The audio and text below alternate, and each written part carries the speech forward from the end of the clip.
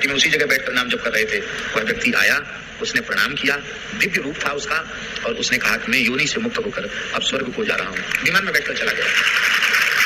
एक कपोल कल्पना नहीं है, भाई जी के जीवन की जुड़ी हुई घटना, श्राद्ध की।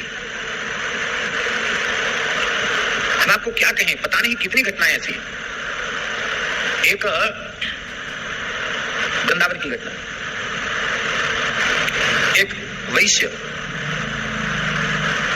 पूज्य धर्म संघ वाले गुरु जी के यहाँ आए। ब्रजवासी थे वो, वृंदावन के निवासी, और हम गुरु जी के पास पढ़ते थे। वो आकर के रोने लगे, बोले गुरु जी हम एकांत में आपसे कुछ करना। गुरु जी ने कहा हम बैठे थे, बोले ये बैठे, हम ये बैठे रहे। उसने कहा महाराज हमारा वंश कैसे चलेगा,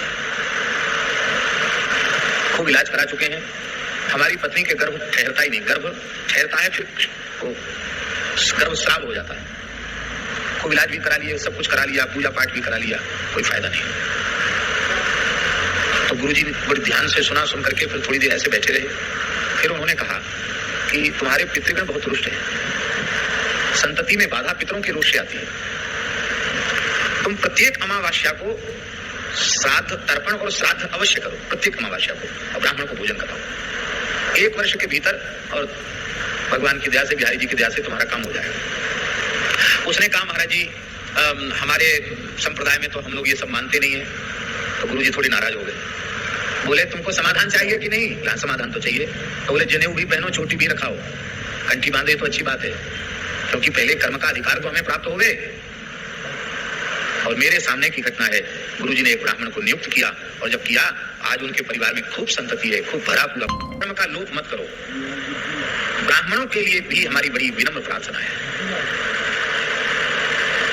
स्वपाकी च यतिर नष्टः परपाकी च ब्राह्मण। स्वपाकी यदि नष्ट हो जाता है, वो इसलिए ऐसा कहा गया कि वो बनाने खाने की छूट उसको दी जाएगी, खूब चकाचक घी तेल मिर्च मसाला बना बनाकर पकवान व्यंजन खाएगा, तो कहां से भजन बनेगा उसका। इसलिए उसको कहा कि भाई जिन घरों की भिक्षा ग्रहण करने योग्य है वहां जाकर भिक्षा लेवे, भिक्षा लेके सरोवर या नदी के तट पर आवे, उसको जल में प्रक्षालित करे, और नमक मिर्च तेल मसाला सब भर जाए, निस्वाद हो जाए, तब वो यतियों का जो एक प्रवेश देव वो करके तब वो शेष भिक्षा ग्रहण करे। उसके लिए भी दी। पर ब्राह्मण यदि परपाकी हो गया, सबके हाथ की रसोई खाने लग गया, तो उसका पितृत्व नष्ट हो जाएगा। सब खा रहे हैं सबके घरों में, क्या कमाई है, क्या इनके घर में चौका चूल्हा पवित्र है कि नहीं, अखाद्य अपेय घरों में आता है और उनके घरों में भोजन करें। कैसे हमारा पितृत्व सुरक्षित होगा, कैसे हमारे संस्कार सुरक्षित होंगे? ब्राह्मण को अपने स्वरूप में प्रतिष्ठित होना चाहिए। आज हम अपने धर्म की उपेक्षा कर रहे हैं, सदाचार की उपेक्षा कर रहे हैं, तो आज हमारी भी उपेक्षा हो रही है। धर्मो रक्षति रक्षिता, हम अपने धर्म की रक्षा करेंगे, धर्म हमारी रक्षा करेगा। ब्राह्मण को परपाकी नहीं होना चाहिए, स्वपाकी होना चाहिए।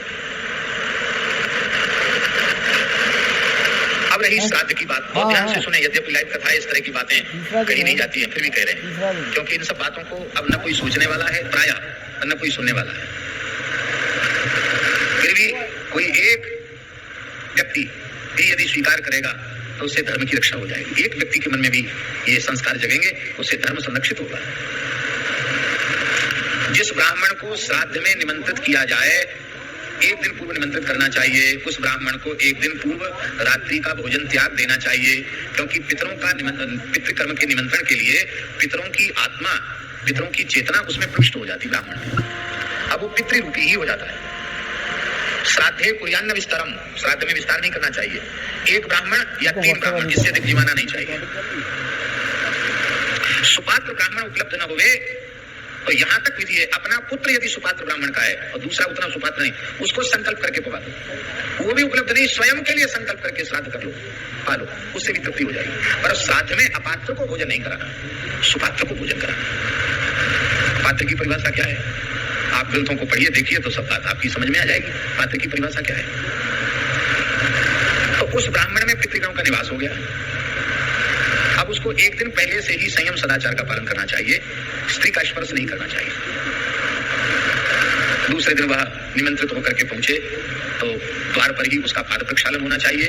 फिर हमारे पितृगण ही आ रहे हैं, इस भाव से बहुत आदर पूर्वक उनको लेकर के बिठाकर उनका पूजन करके फिर रुचि पूर्वक उनको जिमाना चाहिए।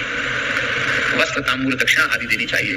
फिर ब्राह्मण को दूसरी जगह भोजन नहीं करना, रात को ब्यारू नहीं करनी, सवेरे बाल भोग नहीं करना, रात्रि को फिर ब्यारू नहीं करनी, और श्राद्ध भोजन करने के बाद वह देव कृत्य करने का अधिकारी नहीं है, उसे 1100 गायत्री का जप करना होगा।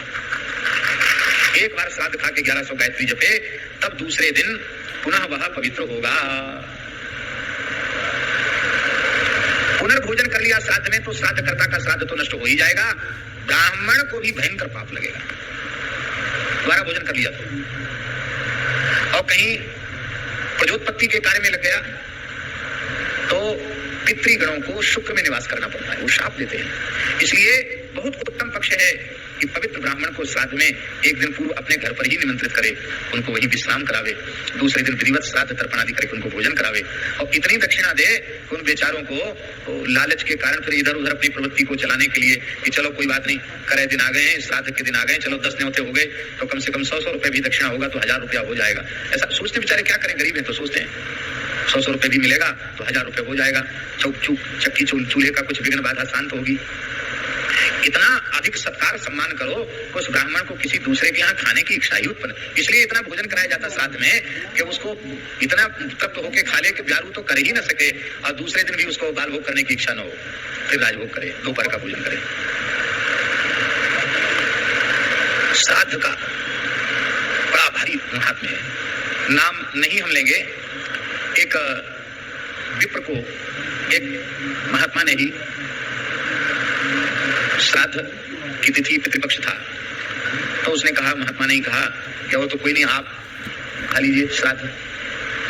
तो उसके मन में विचार आया कि चलो कोई बात नहीं, महात्मा हैं कह रहे हैं वो खा लेते हैं, खा लिया। अब उसी दिन रात्रि में वो जिन्होंने श्राद्ध खाया था उन्हें उनके पिताजी का दर्शन हुआ। अब उन्होंने तो उनके पिताजी को देखा नहीं था, तो उन्होंने उनसे हुलिया बताई कि ऐसे ऐसे थे, सफेद धोती पहने थे, ऐसा कुर्ता था, बीच में चंदन की बिंदी लगाए थे, एक माला पहने थे, ऐसा शरीर था, ऐसी हुलिया थी उनकी, बताया। तो उन्होंने कहा कि बचपन में मेरे पिताजी चले गए थे, मुझे भी बहुत याद नहीं है, थोड़ी थोड़ी याद है, मेरे पिताजी ऐसे ही थे, फोटो तो ऐसे ही है जैसा आप बता रहे हैं, वैसी फोटो है। तो उन्होंने पूछा कि पिताजी दिखाई पड़े, तो उन्होंने क्या कहा, बहुत ध्यान से सुने, बड़ी ऊंची बात।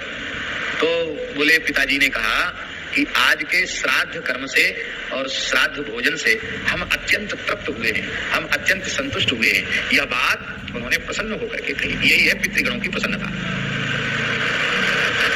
धीरे धीरे सब विलुप्त होता चला जा रहा है। भाई, हमारी हाथ जोड़कर प्रार्थना है, श्राद्ध कर्म की उपेक्षा मत करो, पितृपक्ष की उपेक्षा मत करो। अपने पिता की तिथि वर्ष में आवे तो इस पितृपक्ष में तिथि आवे तो उस तिथि पर श्राद्ध करो और हृदय से उनके मंगल की, कल्याण की कामना करो, उसका लाभ आपको मिलेगा। हमारे यहाँ सब जगह पितरों की, देखिए, जन्म हुआ तो नांदीमुख श्राद्ध, यज्ञोपवीत हुआ तो नांदीमुख श्राद्ध, विवाह संस्कार में राम जी नांदीमुख श्राद्ध करके तब विवाह मंडप में प्रवेश कर रहे हैं। प्रत्येक अवसर पर हमें अपने पितरों को नहीं भूलना है। उस समय भी श्राद्ध है, विवाह के समय भी, वो नांदी श्राद्ध कहते हैं उसको, आनंद के अवसर का श्राद्ध है। बोलो भक्तवत्सल भगवान की।